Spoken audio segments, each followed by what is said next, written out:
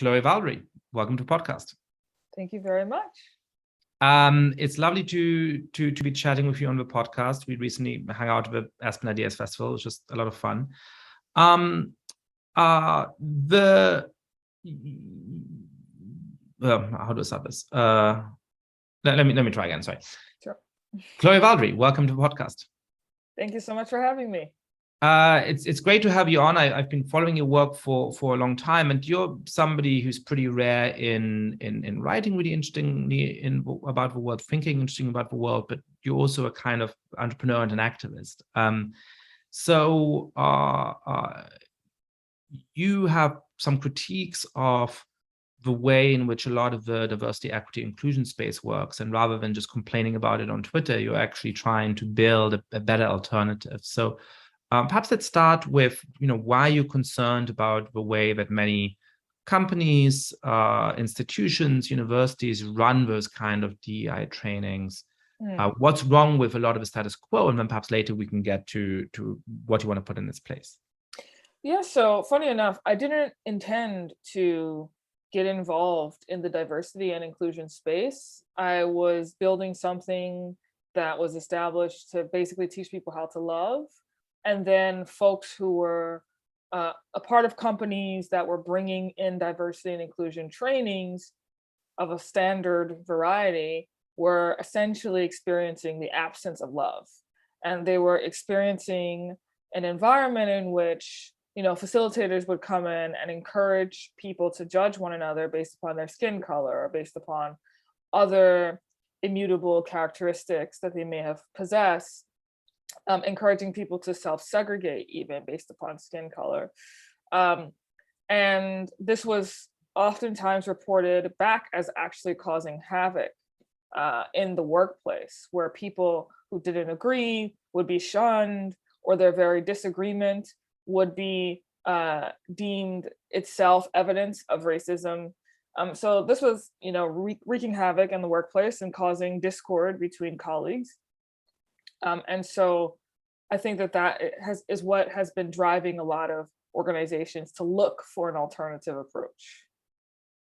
So tell us a little bit more about that model. One way that I've heard that it described is that a lot of these trainings are based on a common enemy model, and that what other people are trying to put in its place is sort of common humanity model. Is that a helpful way of thinking about it, or what is it that goes wrong in some of those trainings at the moment? I never thought about it in the terms of like that paradigm is sort of who is the common enemy and how can we defeat the enemy. I could say that actually, one could transform that premise in such a way that it doesn't have to be hostile, or it doesn't have to result in dehumanizing the other. One could position it to mean we all have a common enemy, and the common enemy is each of us, right? It's ourselves. And so we need to work on how that manifests. But yeah, I could see it applying in that sort of limited way that you're meaning right now, where the common enemy is basically white people, for lack of a better way of putting it.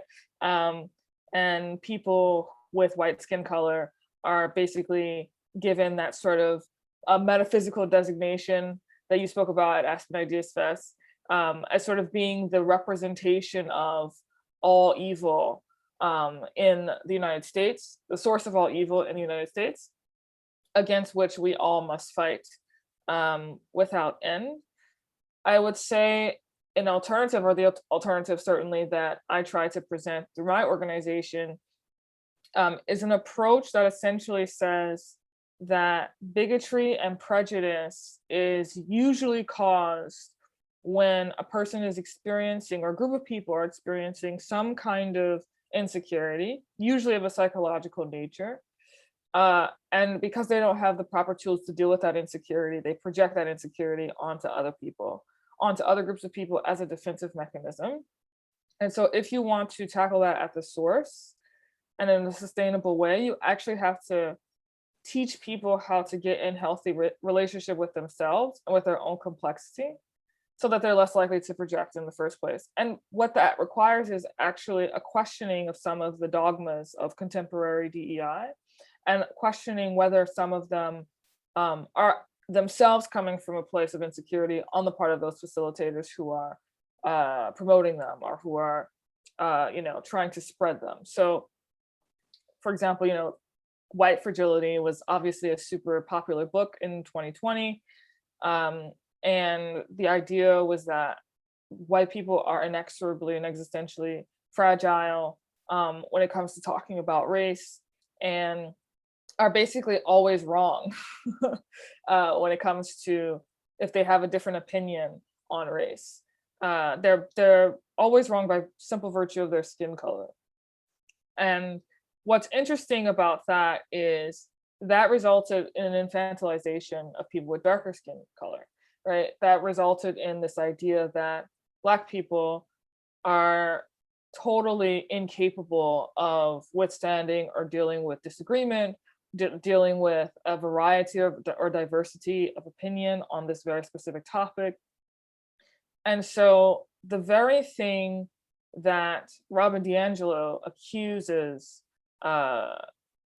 in particular, I guess, white people of being, she doesn't actually undermine that. She accuses white people of being inherently racist, but it's strange because by doing so, she actually perpetuates the notion that she herself is racist, and she perpetuates certain ideas that are at the heart of white supremacy itself.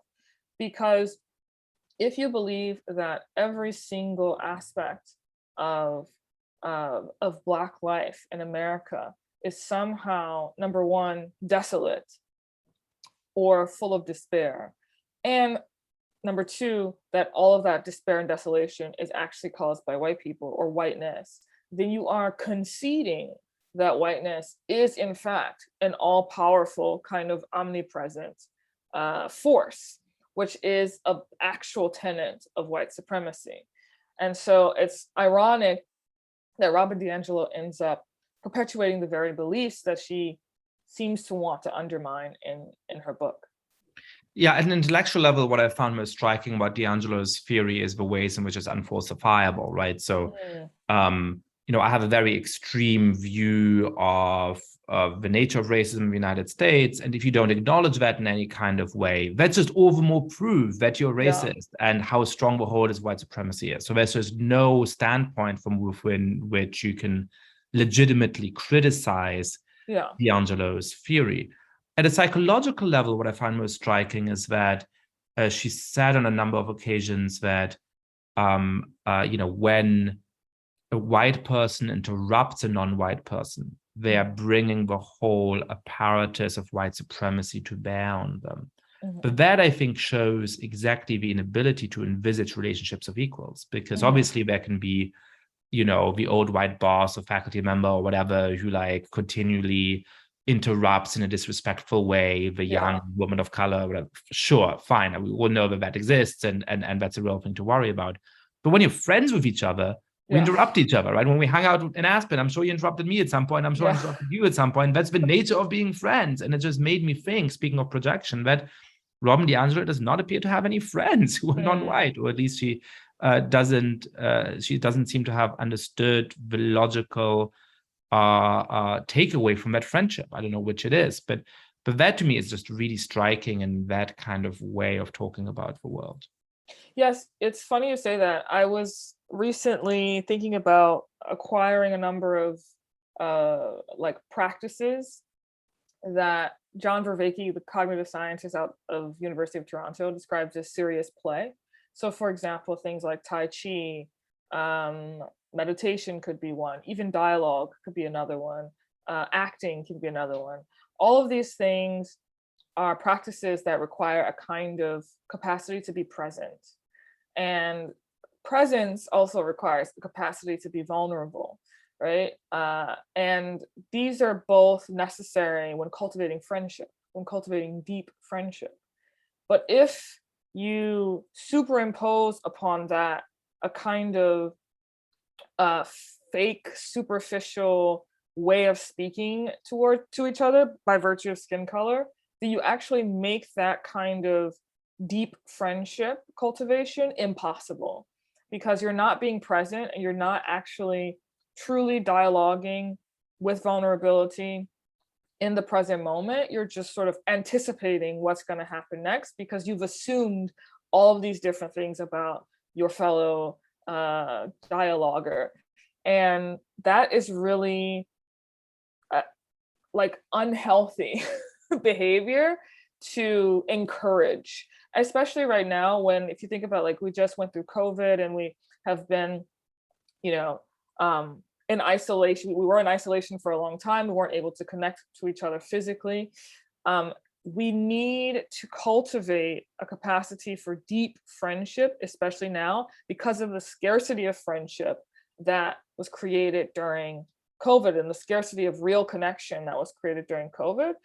And instead, we have these different, I don't know if you call them quasi movements, that are encouraging us to go in the opposite direction. And that's really dangerous. That's interesting to me. I think you expressed in very different language something that I've thought about a lot, and which helps to explain why I'm so allergic to people like deangelo. And that's what I grew up Jewish in Germany. And within that context, I was sort of a salient representative of an oppressed minority group, or, a historically oppressed minority group. And the most alienating thing I experienced wasn't a form of anti-Semitism, which I experienced sometimes, but not that often. Certainly unpleasant, but it was sort of easy to know how to deal with it. It was like, screw you, right? Yeah. I'm not ashamed of being Jewish. It was a kind of creepy phyllo-semitism where people were so aware of our respective identities and were so careful in how they treated me, and so desperate to prove to me how much they love the Jews and how sorry they are for the crimes of Germany's past, that it just felt impossible to have a genuine friendship with them, and felt impossible to have a genuine connection to them. And I think, as somebody who's then come to the United States and sort of changed role in a certain kind of way, going from the Jew in Germany who's a representative of a historical group of people who've been discriminated against, to being, a white guy and a representative of a sort of historic group of perpetrators or something like that, is sort of being expected to treat others in certain contexts in the way that I was treated in Germany, and knowing that that is not the way to have a connection with somebody. That is not the way of treating somebody as an equal. That is not the way to come to understand more about each other and to build a more just political society. And that sort of, to me, is my personal angle on the concern I have about some of that. Yeah, it must be very trippy to shift identities in that way. I'm wondering, like, how, like, the first time you experienced that, was it jarring, or like, what did that feel like to know that in this context you were perceived in a certain way, but in a totally different context you're perceived in almost the opposite way? Yeah, I think perhaps at the beginning when I arrived in the United States, I might have been a little bit naive about that, because I sort of felt, and it was also a very different political moment. It was a moment of the ascendancy of Barack Obama and so on.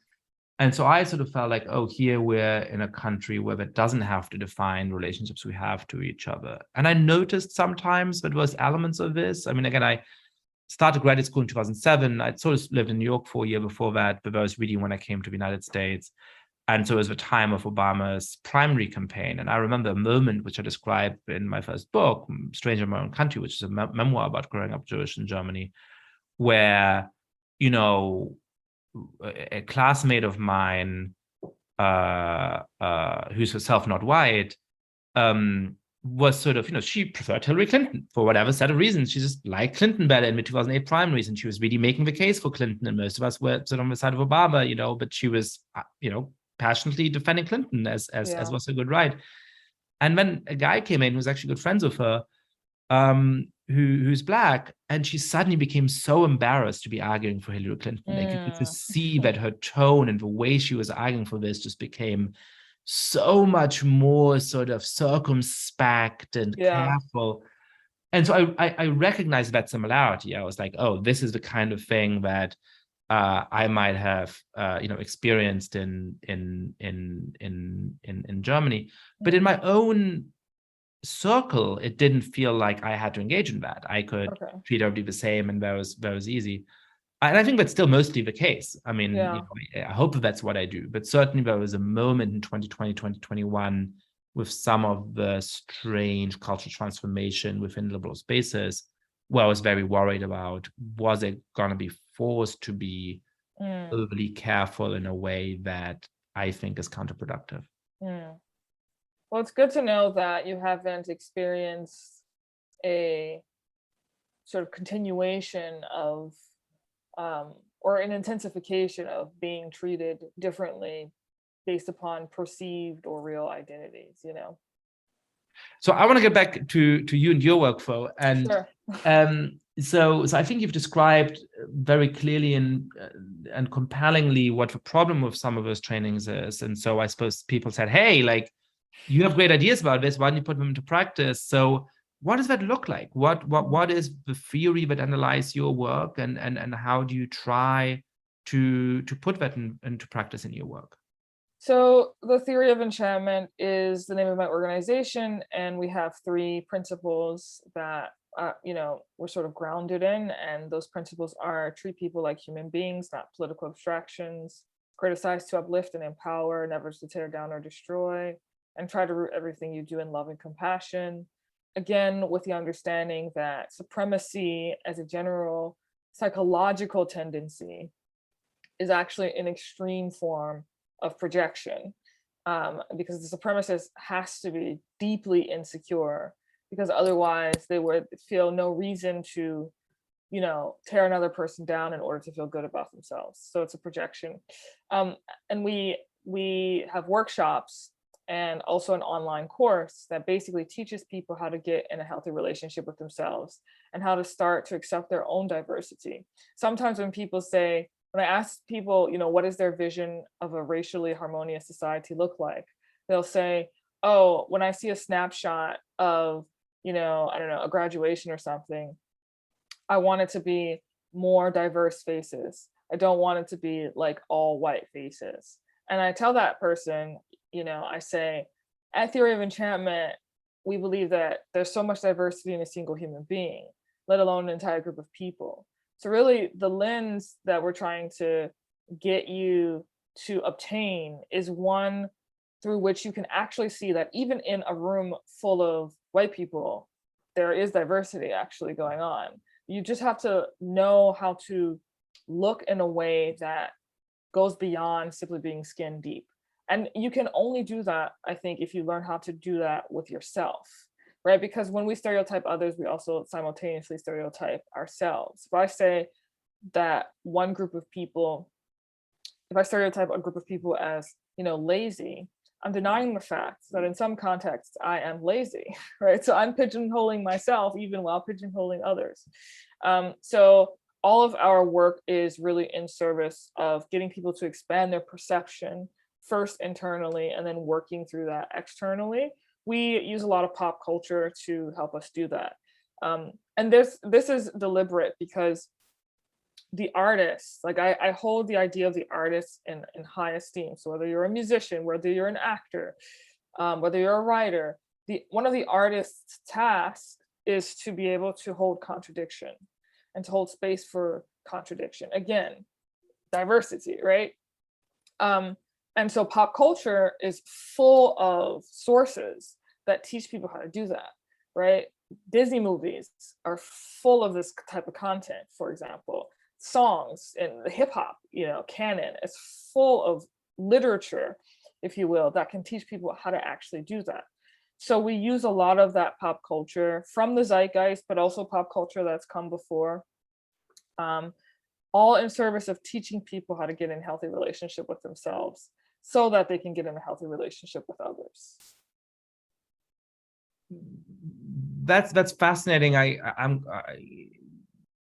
going to push you on some of the things that I both find super interesting, and that perhaps come as naturally to me, which is the spiritual element of this. I think there's one difference between us is that you sort of have much more of a spiritual bent than I do.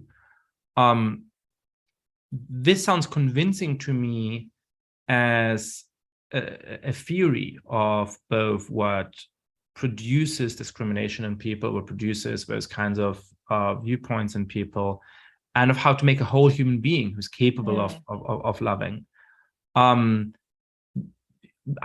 we aiming too high in a kind of organizational context, right? Like if I'm Yeah. like running an institution or running a company, and like I just want to make sure that people treat each other decently and that we're able to get our job done, Yeah. and but I'm not gonna, have a lawsuit on my hands and all those things. And you sort of come in and say, well, everybody here has to become a whole person, right? Like, we all have to become spiritually whole. Like, Yeah. I would love for every institution to become spiritually whole, but some people ain't gonna be spiritually whole, right? And it's Yeah. not clear that like it's either my job or within the capacity of me as an institutional leader to transform people in that kind of way. So is this something where the goal is beautiful, and for people who Yeah. really are convinced by this, that's what they should aim for, but in order to make sure that we get along in this complicated, diverse society with its complicated, diverse institutions, perhaps we should aim a little bit lower, I guess. What would be Yeah. your response to that? That's a great question. Um, I listen, we're not for everyone, that's for sure. We know what we stand for. We are definitely, I would say, spiritually, psychologically minded. But I also think that, like, quite frankly, and I would be curious to see if you have pushback on this. I feel like there's certain emergencies going on in America right now in terms of like meaning collapsing, identities, superficial identities causing discord, infighting, polarization, all these things. And especially the collapse of meaning, I think, dictates that we go towards the question of how do we become whole. It would be one thing if there were sort of just pockets, to give a metaphor, like little dams breaking here and there that suggest that there's an issue with mass polarization in America. But I think it's like, it seems to me like a tsunami is coming. And I think that that type of problem requires a holistic solution. And quite frankly, if you're running an organization and the people in your organization are whole beings, the organization will run well and it will run better, just for the simple fact that any conflict that might come up in, interpersonally within the confines of the organization, the people will just have better tools to deal with it. And that will affect, how it's run and how it operates in many different facets. But I do think that we're facing a huge problem in America that is an existential problem and an epistemological problem. Because to go back to Robin DiAngelo right quick, she was basically proposing an epistemology, right? A kind of way of knowing, right? And when you get into that territory, you have to have something, I think, on that same level in order to tackle that. You can't just sort of like put band-aids on it. So what does that look like in concrete terms, right? You go into an organization with the admirable and bold goal of making people more whole, Yeah. And getting them to confront their fears that can turn into this anger and this hatred. What's step number one? What do you actually do? How do you get people on board with that, and how can you help people make that progress?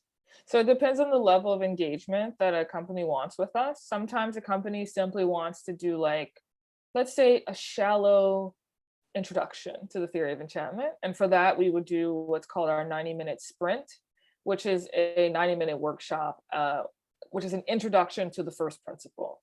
Treat people like human beings, not political abstractions. And in that workshop, we give people give us a 90-second of that 90-minute a 90-second version of that 90-minute workshop.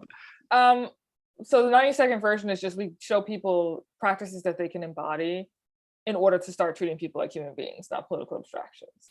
But then if people want like a deeper dive, what we'll usually do is we'll do a survey first of the folks in the organization, asking them questions about belonging, asking them questions about flow states, right? These are actually all connected.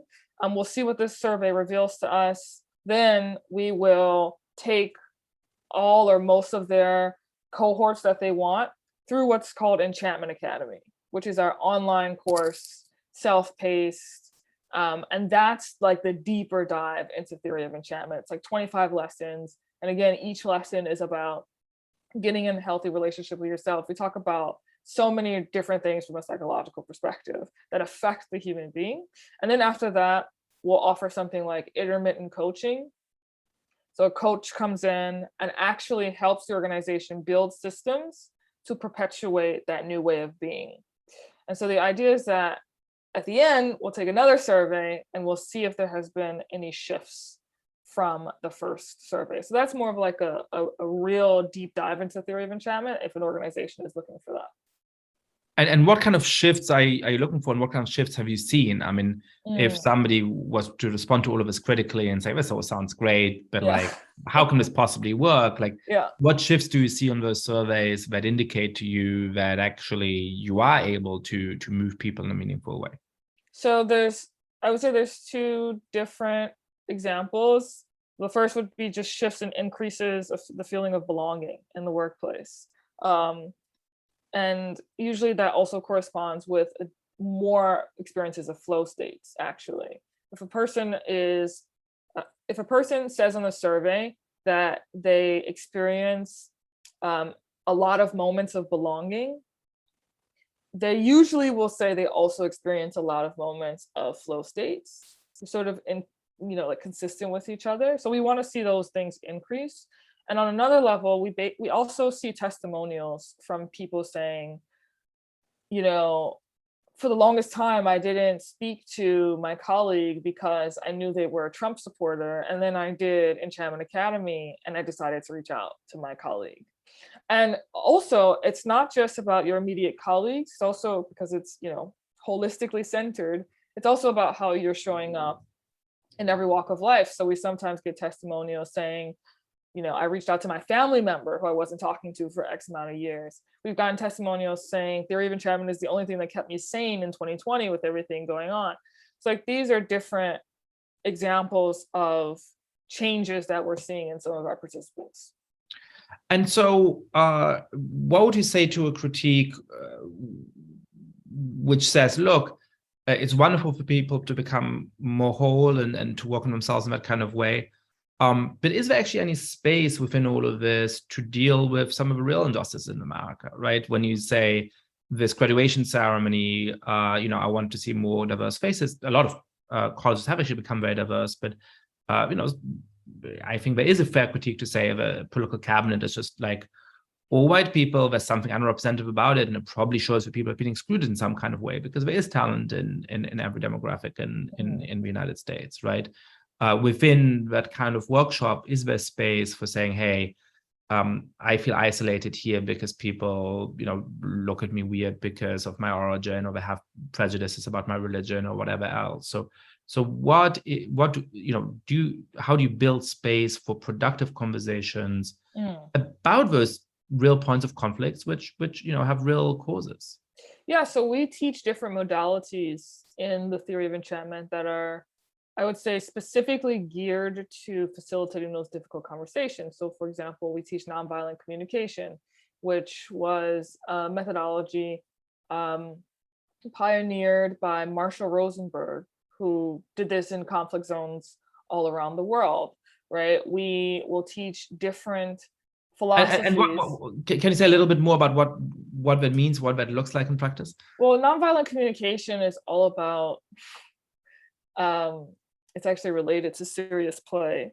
If we were to consider dialogue a serious play, a piece of serious play, and you get into conflict with another person, what are the different, I guess, practices like deep listening or empathy or repeating back to the person precisely what they said instead of immediately going into disagreement, so you can communicate to the person that you actually heard them, right? Being a container for people even when you're in conflict with them. Like these are not easy propositions, that sort of come down from on high that say, oh, if you're experiencing someone being offensive towards you, then do X, Y, and Z immediately, and that will solve the problem completely, right? Rather, instead of that, we're actually giving people some social emotional tools to actually be able to hold space for each other, even in the midst of profound disagreement, right? Even to be able to have empathy for each other, even in the midst of profound disagreement. And our bet is that empathy in the long run will actually help people transcend the conflict. But let me be very clear, we are co-creating these things with our partners, right? What we're not doing is going into an organization and trying to superimpose some kind of apparatus, and we're saying like, implement this in your policy book, and this is DEI. No, we're actually trying to co-create ways to handle these difficult conversations, right? Because very much so, someone might be experiencing something in the workplace that's very harmful, but how do you address it without causing more harm? And how do you put, I would say, practices in place that make it less likely that that will occur in the future? That's really what we're focused on. Let's zoom out a little bit. You mentioned that Deangelo has a kind of epistemology. She also has just like a basic political analysis, which is saying that the United States has always been defined by racism and white supremacy, but we haven't made any significant progress. There are many reasons to worry about our political situation. I certainly get very depressed when I look at cable news. I get very worried when I think about the 2024 election. I also feel somewhat more optimistic, certainly more optimistic than Deangelo does, about the state of our society. What's your assessment of the ability of people all across the country to actually communicate with each other in a meaningful way across those kind of boundaries? Do you think that some of that is happening? Do you think that it really takes a lot of assistance for those spaces to open up?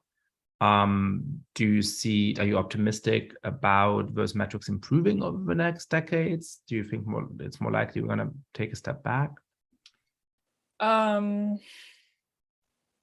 mean, there are definitely organizations working on this, right? Like working on depolarization, broadly speaking. It's hard to tell though, the answer to your question, because, I'm on social media. Social media is a bubble. And social media also gives me the perception that people are just constantly at each other's throats. So to what extent is that the truth versus a bubble that I'm in is a very difficult question to answer. I do wonder though, with that and the combination of spikes in sort of like mental health issues, which we saw it before COVID, but we saw it, I think, exacerbate during COVID, especially among young people, let's say Gen Zers, for example. I think that the combination of those two factors is a very worrisome combination. And will we weather that storm in the next decade? I couldn't tell you. I have no idea, right? It will literally take a significant amount of us to do the work of learning how to do that, because I don't think we've had to learn how to do that for so long, at least since the 90s. My perception has been that, like, growing up, these were not conversations that were happening in my elementary school.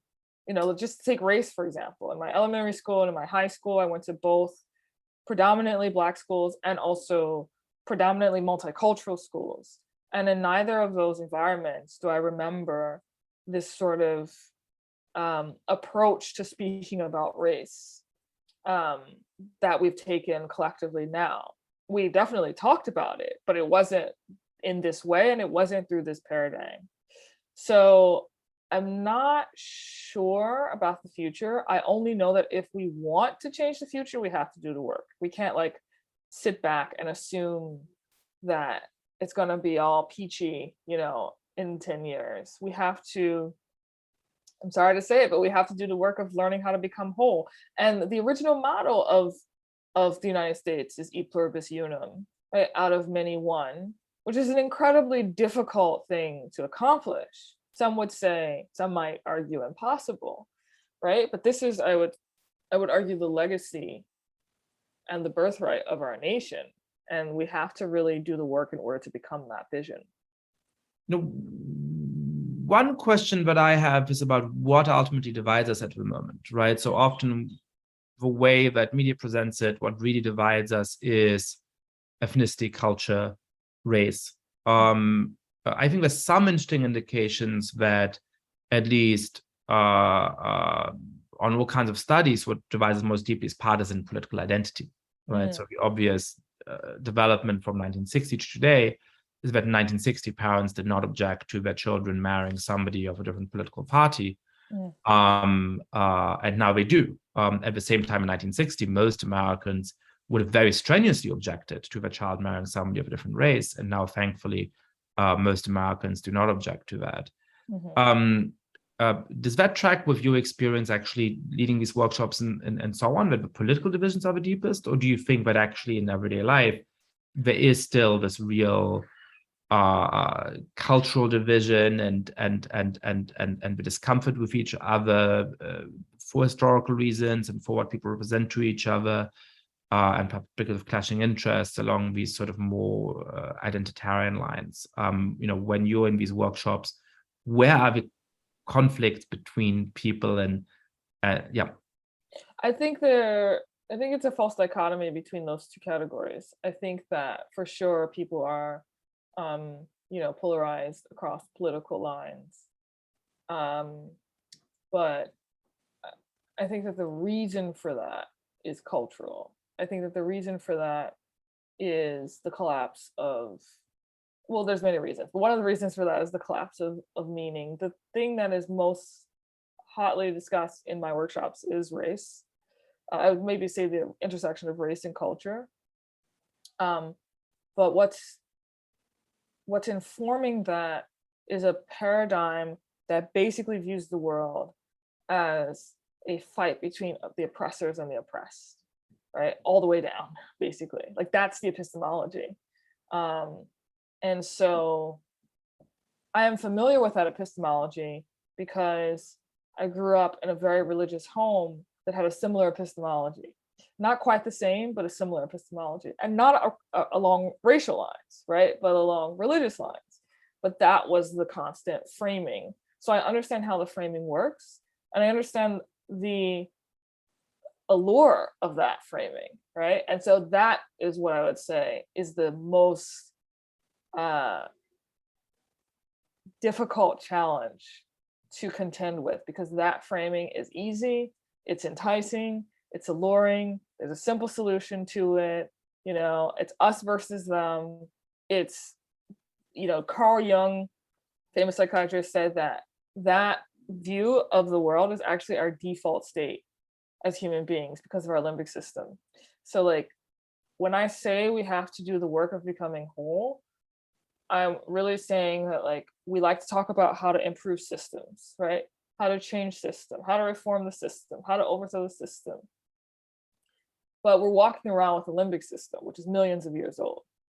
And we have to, if we want to reform the system, we have to work on that system first and foremost, because that is the lens through which we perceive and experience everything. And that's tall order. I recognize that, but that's what I'm going for. And who do you think is most drawn to this in these workshops that you lead? Is it people who have been exposed to a certain set of ideas in college or in other parts of popular culture? Is it people who have a certain kind of psychological makeup? Is the main drivers of demographics? And how do you try to push against that? I mean, if you're dealing with somebody who really is deep in that kind of friend enemy distinction, who is deep in this kind of, there's you're oppressed and you're oppressed, and there's two clear moral categories, and you're on the wrong side and I'm on the right side. How do you try to coax them out of that? If I understand the first question correctly, I don't think that there's a common characteristic or trait that I've observed in people that have that position, have that viewpoint. I really think it's like the default, the thing that we as human beings default to, especially when we experience scarcity. Again, because it's a compensation for scarcity. In terms of how do I try to coax them out of it, I try to show them that that is in and of itself a caricaturing and a stereotyping of reality itself. And usually these are people who don't want to stereotype. And don't want to caricature. And often they will see how insisting upon this paradigm and this paradigm alone is an act of pigeonholing the very people whose liberation they claim to want. it's not always successful. One of the things that I'm trying to also model, though, is not always winning the argument, right? But rather, again, being in conversation for the sake of conversation and for the sake of cultivating empathy, which tends to have a long-term effect, but not necessarily effect in the immediate, time that we're in. So finally, for listeners who are convinced by this and who want to become more whole, or who perhaps have somebody in their life who they wish were more whole, yes. What do you recommend they do if they don't happen to have a benefit of one of these trainings? What are some of the practices, some of the thoughts, some of the readings you would suggest if people want to either start out on that journey for themselves or help someone else along that journey? Well, I will start by saying that anyone can enroll in Theory of Enchantment at any time that is available. The online course is available to anyone who would like to enroll. In terms of books, there's just like too many books I could recommend. I'm interested in the way the human being works, right? Fundamentally. So if people are interested in that, I would check out books like The Master and His Emissary by Ian McGilchrist, which is about the brain. I would check from a political perspective. I would check out The True and Only Heaven by Christopher Lash, which is looking at my bookshelf. From a sort of, for cultural commentary on race, I would check out the writings of Albert Murray. I'm trying to see if I can give you one more.